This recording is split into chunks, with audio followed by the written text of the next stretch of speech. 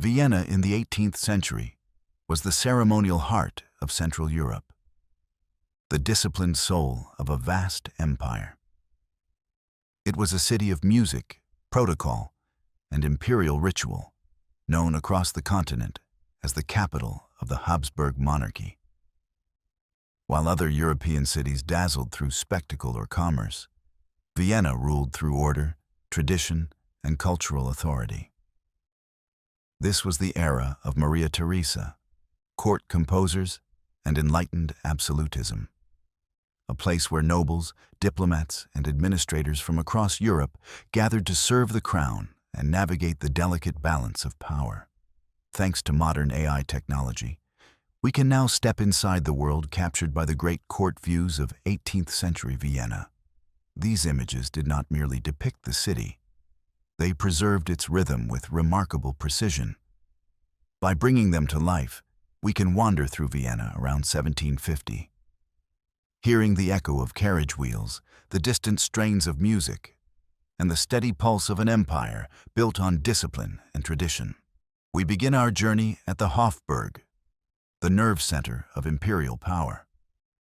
In the 18th century, this vast complex was not a single palace, but a growing organism of courtyards, wings, and ceremonial halls. Soldiers in crisp uniforms guard the gates, while carriages roll across the gravel with measured precision. This is where decrees are signed, marriages arranged, and Europe quietly reshaped through letters and seals. Inside, servants move silently through corridors lined with tapestries and portraits of ancestors who once ruled half the continent. Outside, the square is alive with officials, petitioners, and messengers arriving from distant provinces. This is a city where power is not shouted, but rehearsed daily, refined through ritual, and made permanent through stone. Moving outward, we approach the old city walls that once defined Vienna's limits. By the mid-1700s, these fortifications had lost much of their military urgency, yet they still shaped daily life. Beyond them, new suburbs stretched into open land, filled with workshops, gardens, and modest homes. Inside the walls, space was precious, tightly organized, and closely monitored. The gates controlled not only traffic, but information, customs, and disease. Merchants queued with carts, peasants entered with produce, and soldiers inspected papers with practiced eyes. These boundaries created a psychological divide between the imperial city and the countryside beyond. Vienna was no longer merely defending itself from invasion. The slow transition from fortress to metropolis can be felt here, in the tension between old stone defenses and the growing confidence of a city certain it would outlive its walls. At the center of Vienna rises St. Stephen's Cathedral, its towering spire anchoring the city both spiritually and geographically. In the 18th century, this was not just a church, but a civic compass. The square around it buzzes with vendors, apprentices, and travelers navigating the dense streets, radiating outward. Inside, incense hangs in the air as worshippers from every social class kneel beneath Gothic vaults older than the empire itself. The cathedral connects Vienna's medieval past to its imperial present, reminding citizens that power rests not only in palaces, but in shared belief. Here, sermons reinforce obedience, gratitude, and order. Outside, notices are posted, rumors exchanged, and news travels by word of mouth. St. Stephen's is where Vienna listens to itself breathe, measure time, and understand its place within the empire. We now walk along the Graben, one of Vienna's most refined streets. In the 1700s, this was a stage for aristocratic display, where appearance mattered as much as lineage. Elegant facades line the street, their windows framing salons filled with conversation and music. Nobles stroll slowly, accompanied by servants, aware they are being observed. Carriages pass carefully, polished wood gleaming in the light. Shops here sell gloves, fabrics, and imported luxuries, catering to a society that values refinement over excess. The Graben embodies Vienna's unique character, restrained yet proud, formal yet alive.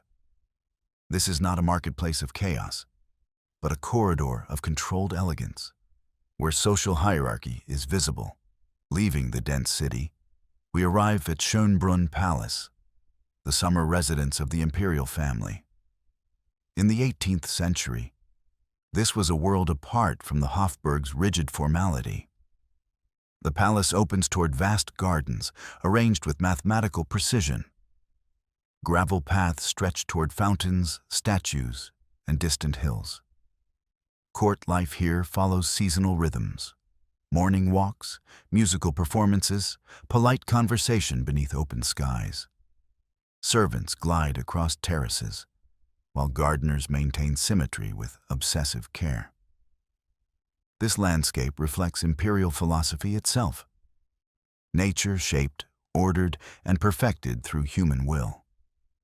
From the elevated terraces, Vienna appears calm and obedient in the distance. It projects stability, prosperity, and permanence.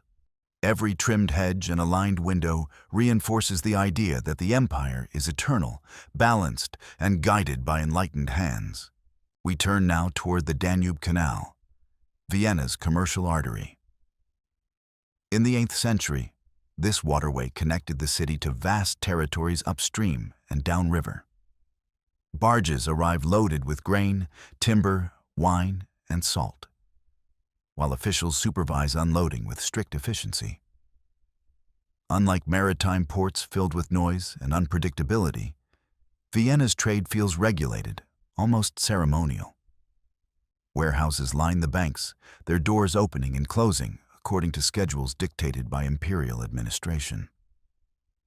The canal smells of wet wood and river water, a reminder that empire depends as much on logistics as diplomacy. Through this channel, resources flow inward, feeding the court, the army, and the city itself. The Danube Canal is Vienna's quiet backbone, sustaining grandeur through disciplined movement. Finally, near the university quarter, the atmosphere subtly shifts. In the 18th century, Vienna was cautiously opening itself to Enlightenment ideas, though always under supervision. Students in dark coats gather in small groups, debating philosophy, medicine, and law. Professors lecture in Latin, emphasizing reason, classification, and order. The state encourages education, but not rebellion. Coffee houses nearby host quieter discussions, where books circulate discreetly and ideas travel carefully. Innovation is permitted, provided it strengthens administration and efficiency. The empire understands that the future belongs to educated minds, but insists those minds remain loyal. Here, Vienna negotiates modernity on its own terms, blending reason with obedience. Thanks for watching.